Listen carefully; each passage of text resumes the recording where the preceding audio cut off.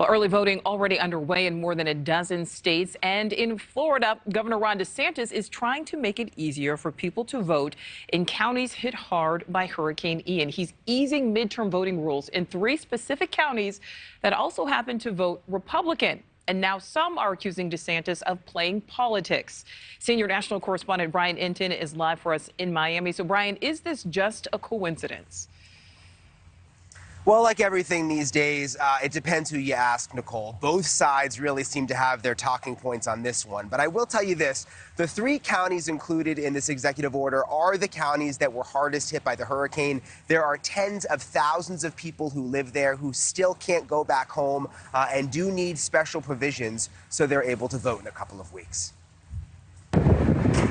The recovery continues along the west coast of Florida from Hurricane Ian, and with the midterms quickly approaching, voting sites damaged, and so many people displaced, Florida Governor Ron DeSantis says he is ensuring voters in areas hardest hit can still get their ballots. A DeSantis-signed executive order will extend early voting in Charlotte, Lee, and Sarasota counties, allow residents to change their addresses by phone for mail-in ballots, relocate polling locations if necessary, and increase the pool of eligible poll workers. In terms of the governor's executive order, how badly was this needed in terms of making sure people could vote in your county?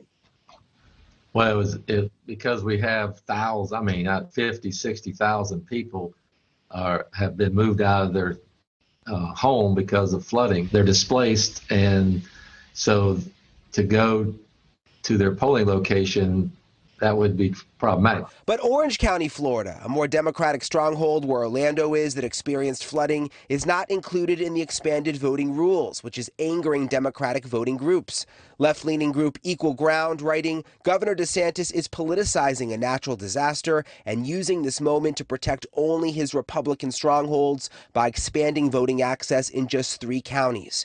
DeSantis' press secretary calling that another false narrative and saying the Florida Department of State consulted with supervisors of elections in every county impacted by Ian. Charlotte, Lee, and Sarasota counties are the only ones that requested provisions, reported voting facilities damaged or no longer standing.